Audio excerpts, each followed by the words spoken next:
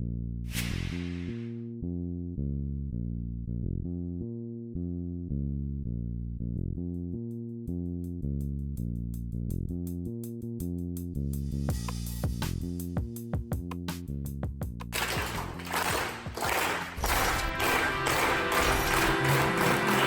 one, client as a guest.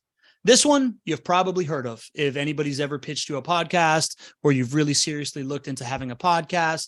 But it's the idea that if you want to do business with someone, you want to get in the door with them, so many more people are going to say yes to an invitation to come on a show than they are to take your cold call or open your email or open your letter or agree to a virtual coffee. If you need to open the door with someone, the ultimate thing to do is to offer them a stage. My good friend Amanda Holmes, author of The Ultimate Sales Machine, they talk about the Dream 100. If you have a Dream 100, 100 list of your top prospects, and you need to get in the door with them, the best thing that you can do is create a show about the lives of those 100 people, their types of lives, and reach out to them and say, hey, I'm doing this show. I would love to have you on as a guest. Boom. Instant relationship with 85 of them. Now, while that is common advice, we take it a step further. We've talked about the fact that ever since I adopted this methodology, we generated over 200K in revenue in the first 6 months of doing it. One of the things that we did was one of the clients that we landed earlier this year, I had a multi-part series with them.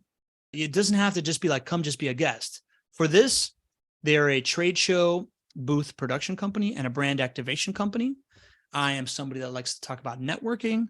I said, Matt, why don't we have a 2-part series on my show and do a collaboration between you and I? I'm going to have you on and I'm going to interview you about the best ways to approach your trade shows and what is great for booths. And then on the second one, you're going to interview me about ways to network at a trade show. And we did a 2-part event, 3 weeks apart from each other.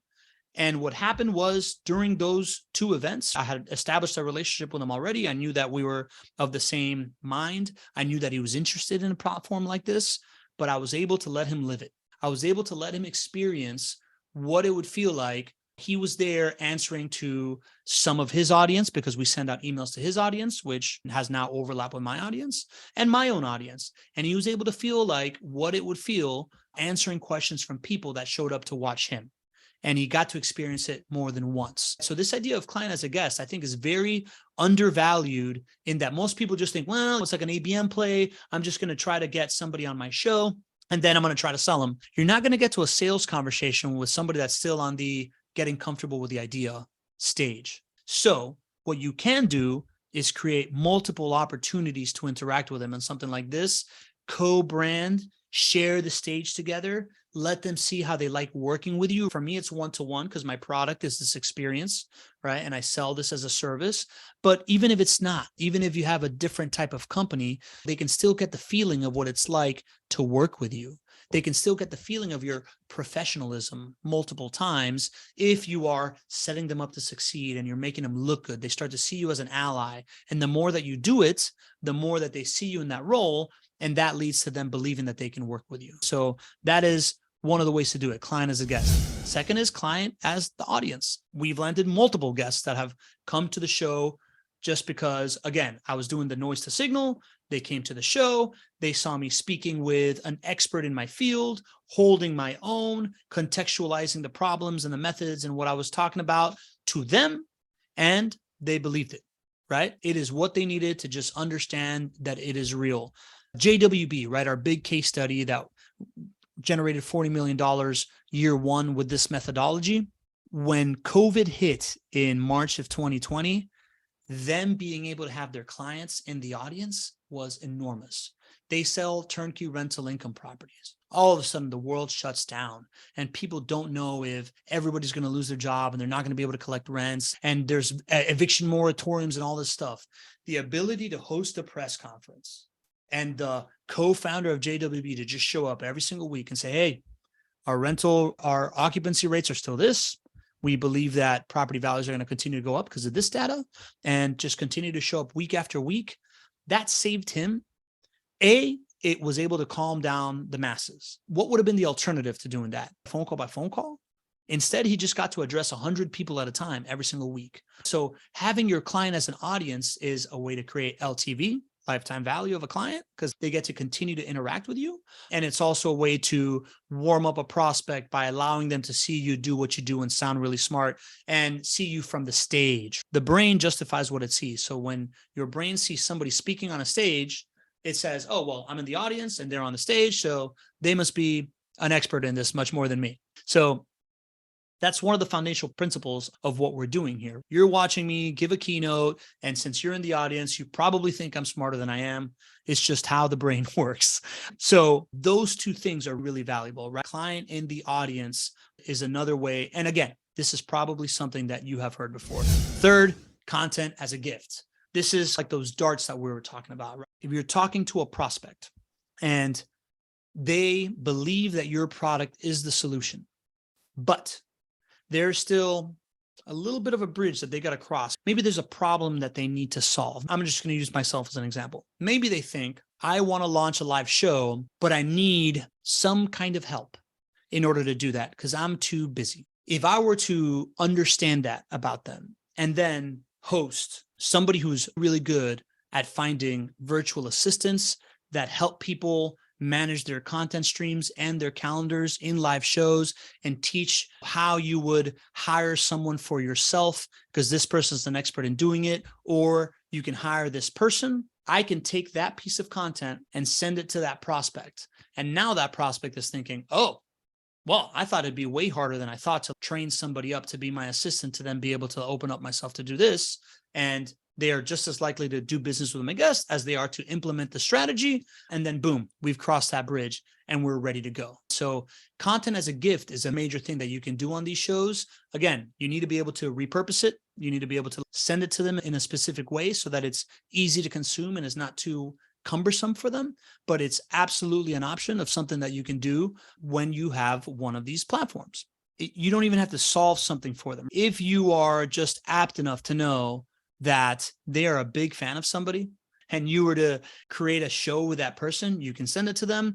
And then lastly, if you bring an expert that sees eye to eye, maybe it's an expert higher up in the field. Let's say that I was able to get somebody like a Christopher Lockhead, godfather of category design, and I'm trying to do business with somebody that I know is in those same circles and has read Play Bigger and thinks as highly of it as me.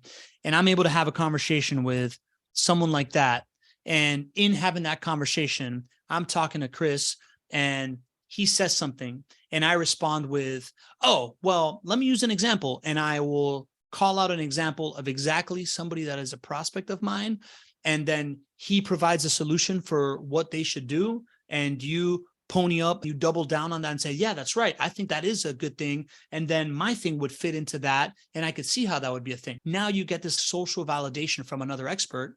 And then you can send it as a gift. Again, it's still value add. You're still convincing somebody to do business with you, but you are leveraging relationships and you're leveraging this platform in order to provide extra context, in order to provide extra social validation. And that is something that works to nurture people and get them closer to the finish line. Number 4, now we're getting into stuff that I have not seen many people doing. Keynote as a webinar. First time I did this was I was going to speak at CMX, and actually, it was October this year.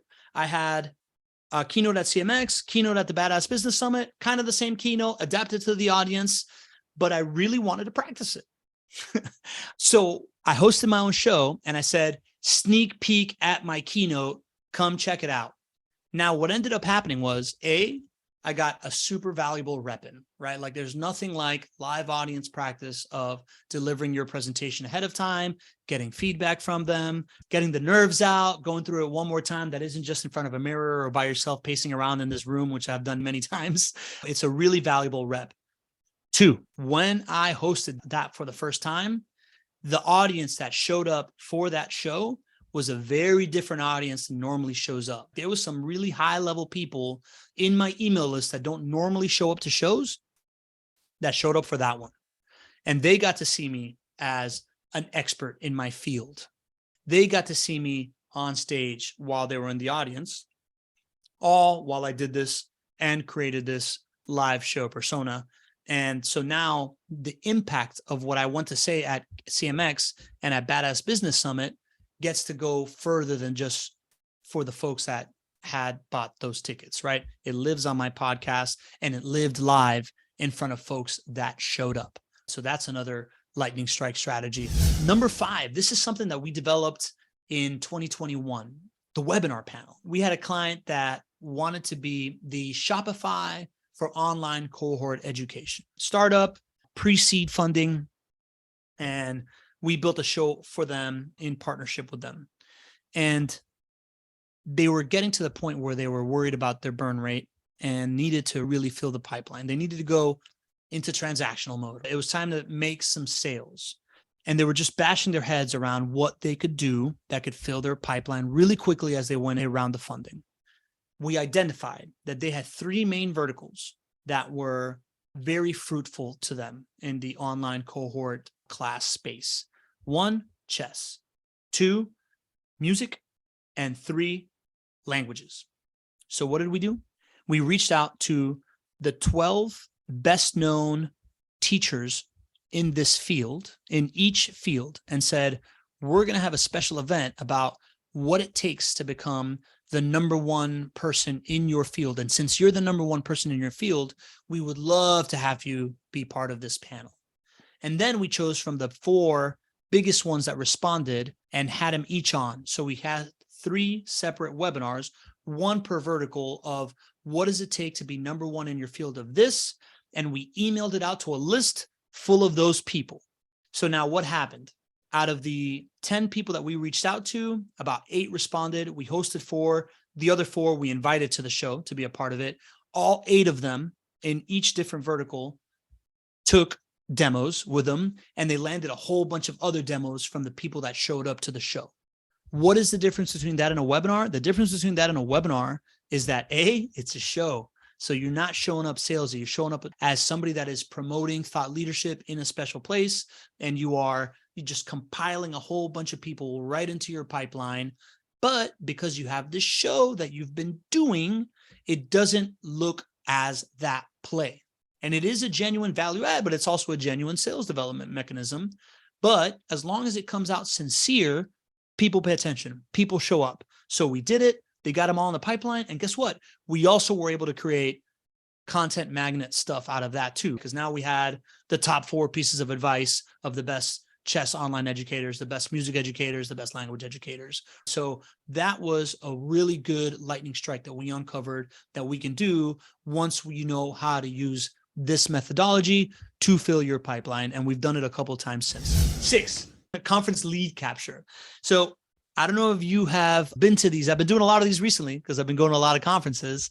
But I think the first time I thought of it was at PodFest, where when I go to a conference, because I have a live show, I set my live show that happens the week after the conference to be the top 5 best pieces of advice from the smartest people I met at this conference. And I have the infrastructure set up for it. When I go to the conference, everybody that I meet that I want to keep up with, I say, hey, I would love to get your information because I'm hosting this thing next week. And I feel like if you have a good nugget takeaway, I'd love to have you on the show. And if you come on the show, I'm going to post-produce this thing as you were an expert at one of these conferences, and you're going to get one of these like content darts gifts for you, thought leadership piece about you having been at this conference. And what ends up happening is that I'll get somewhere between 8 to 15 people that I've connected with out of the, 25, 50 people that I connect with that show up to the show and want to give their number 1 lesson learned. And now, guess what? They're in my mailing list. I have nurtured the relationship further and added more value to the key relationships that I met at the conference.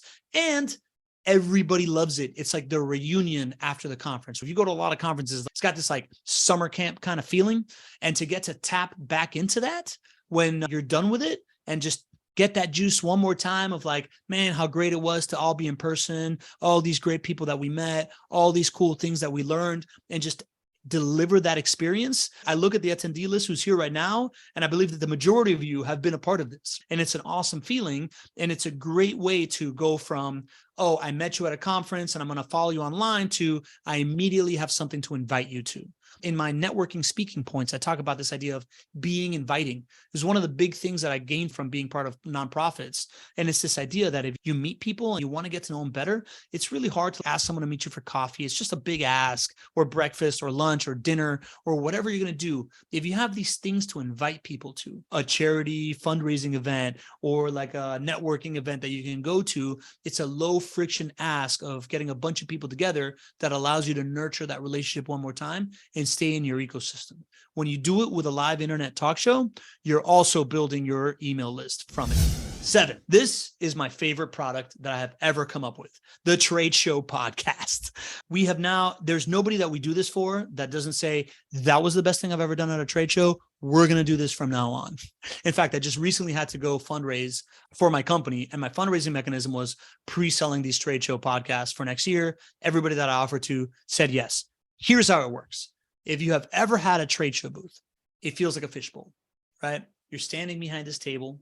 You got a couple trinkets in front of it, and people are walking by like, is that a squishy toy that I want to keep? Is that something, are they giving out something good? Is there like a raffle I can get into? Trying to avoid eye contact with you and just passing on through, right? It's a really, really awkward experience. What this thing does when you set up a couple of lights, a big camera, and some microphones and a table and a backdrop, and you have people talking in front of microphones. Now everybody walking past your trade show booth is like, who's on TV? Right? They're walking by. They're like, what's happening over here? Who's famous? What do I need? What am I missing? What can I get in on? Right? So it's a big time showstopper, right? Everybody walking by is like, what's going on over here? Second, when you're at a trade show, you want to get into these intimate conversations, right? If you meet a high value contact, you want to figure out a way to get like a 10 to 12 minute meeting with them undistracted, but everybody's kind of looking around to see what's next. If you design an interview structure that's like a 10 to 12 minute interview structure, essentially around what problem did you come to solve at this trade show? When did you realize that this thing was a problem? What have you learned here that is important about it? How does it fit into whatever I care about? And where do you think the future of this trade show or this industry is going? That makes for like a really modular, like 8 to 12 minute conversation that when one of your salespeople or someone from your team is out there walking the trade show floor and finds an ideal client and gets in a conversation, like, you know what?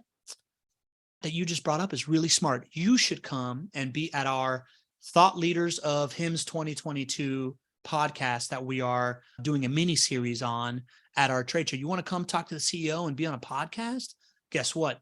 They're in, right? You now walk him in, whoever your salesperson is, they sit down with whatever key executive or CEO, CMO, whoever your subject matter expert is in the company, and have a intimate 10 to 15 minute conversation. While they're having that conversation, you have somebody take a picture of them being interviewed. So when they finish that conversation, you show it to them, and all of a sudden they look like they were a VIP speaker at this conference when they didn't think that they would be. They're going to love the picture. You're going to say, how can I send this to you? Give me your number.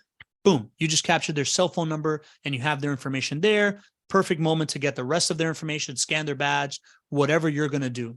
Now, when you follow up with them a week or two later, you're just not following up like, hey, I just scanned your badge like everybody else. Here's my brochure. You're following up saying, hey, we're about to release this little mini series on our show.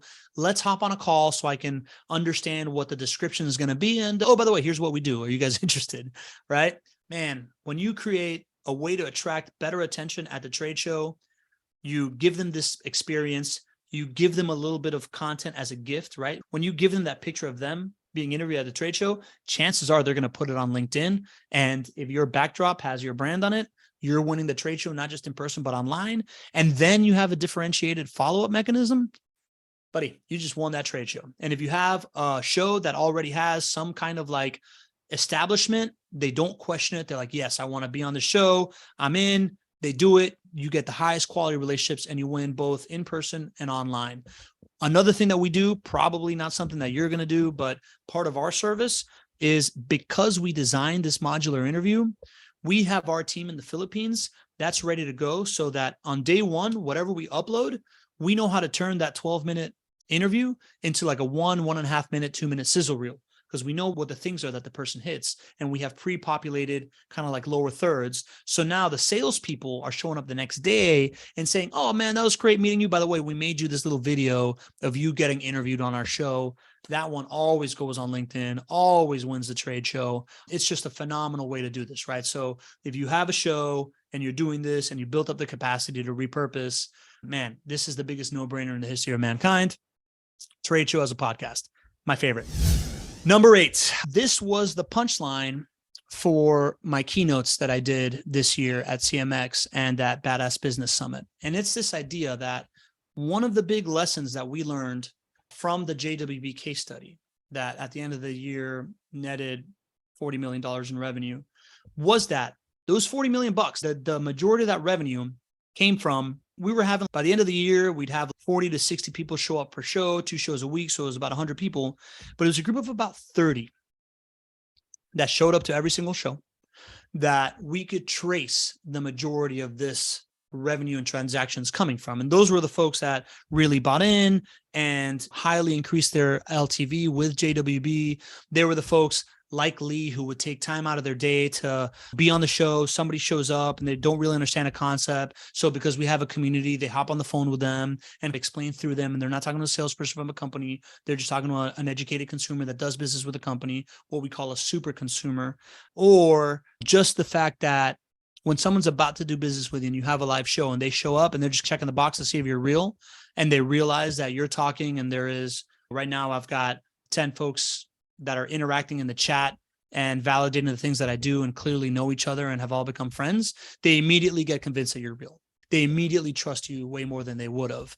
So the question became, how do we shortcut to having 10 to 15 to 20 to 30 people show up to every show?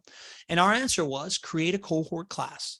Create a class that takes a group of people that are interested in what you're doing through a learning experience over a condensed period of time where they are all on the same objective, they get unified, and they show up to your shows because the show becomes part of the instruction. And then they get habitualized into showing up. And now you have the founding blocks of the community of the people that show up. Those are the people that it's you. You're here most likely because you've gone through this process, except for a couple of outliers, because you got used to coming to this thing. And that is what creates the social validation to prove that the community is real, to make the show real enough for a prospect that's semi-interested to become very interested. There's a really interesting line from the author of the book right over here in yellow, Super Consumers. And it's, there is no higher converting mechanism in marketing than 2 of your super consumers having a conversation about you in front of somebody that's deciding whether or not they trust you. And if you can create those scenarios, you're going to win. So this idea of you have a live show, how do you kick it off with a shared experience, a shared class, a challenge, a cohort class? That is a giant, giant opportunity to kickstart that and liquidate the investment of getting your content stream going. By selling access to the class, now you get to generate revenue from the thing that you're creating to get more clients, right? We call that a flywheel. That's the same as Amazon being able to get paid for their logistics. It's something that they need in their business, but you're paying for it because they've gotten so good at getting you in to pay for that thing. So FBA sellers pay for that so that they can do it better, and we all win as consumers. Another beauty of the cohort class for us, it was natural. We have a methodology that we can teach because it's proprietary to us. Another way we've executed this cohort class is look into your clientele base. See who are the 12 most successful people in your clientele and figure out what about them is special. What is each one of them doing extra well? And if you can co-create a class with your 12 most successful clients about the thing that they do that they're experts in, and you are now validating their content, putting them on a platform as an expert, those 12 people go through the process of creating this thing together and then allowing them to teach it and put that on their resume. Man, you've just added major value to them. You've created a whole bunch of content for yourself, and you've created this group of Avengers that were always going to evangelize your company. this cohort class mechanism, I am certain that is going to be pervasive inside B2B and inside industry in the next year or two, because it's such low-hanging fruit for liquidating your client acquisition cost, creating content, and creating that congealing that group of super consumers, right? Like whether it is your client advisory board or your 12 most successful people or whatever it takes. I learned that in 2018 when I was working for an e-commerce brand platform. We basically took everybody to Panama.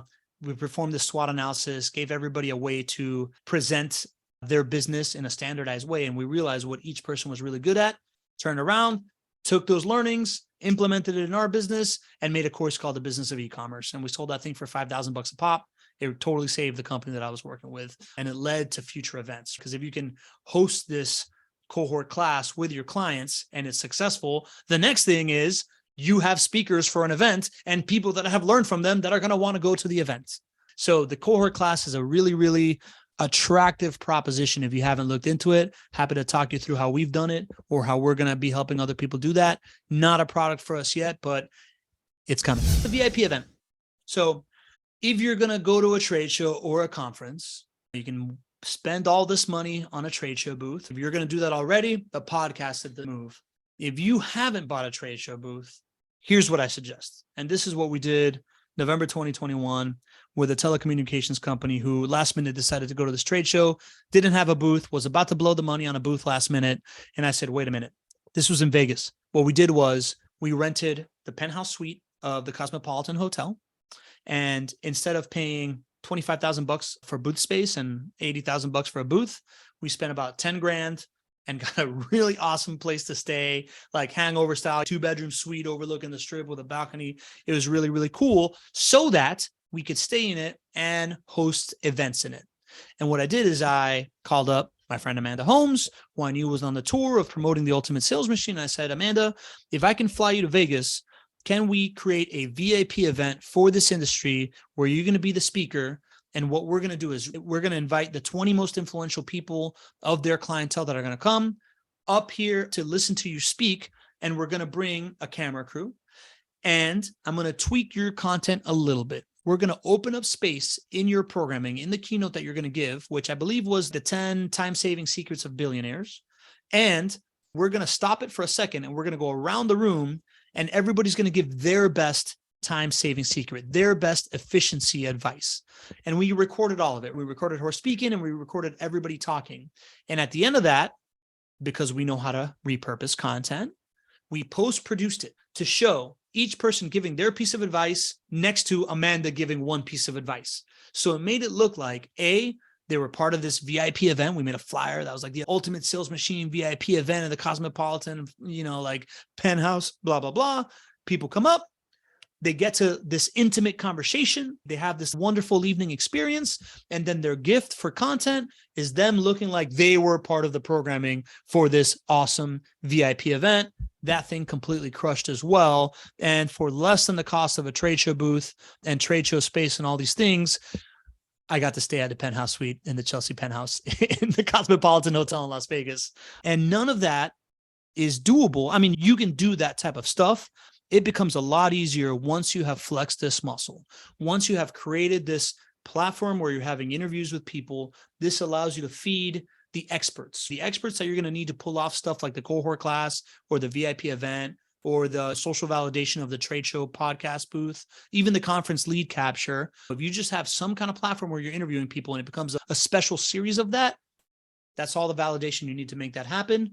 You also feed the connections straight through into these types of methodologies. You are enlisting the people that you've been interviewing, the people that have been listening, and the people that have been coming to the live shows, and you're able to host these like lightning strike moments where you get to interact with the people you most want to do business with. Again, talking about something that is interesting to them with somebody that they want to meet, making content from it and distributing it in a way to spread word of mouth, add extra value, generate client insights, and nurture relationships, which at the end of the day, if you ask me, the atomic unit of business is the relationship. If we are focused on what creates great relationships, which is adding value to people, being authentic, and always looking for ways to align with them instead of like convince them with something, how you align with people, then every one of your strategies in business is going to do better.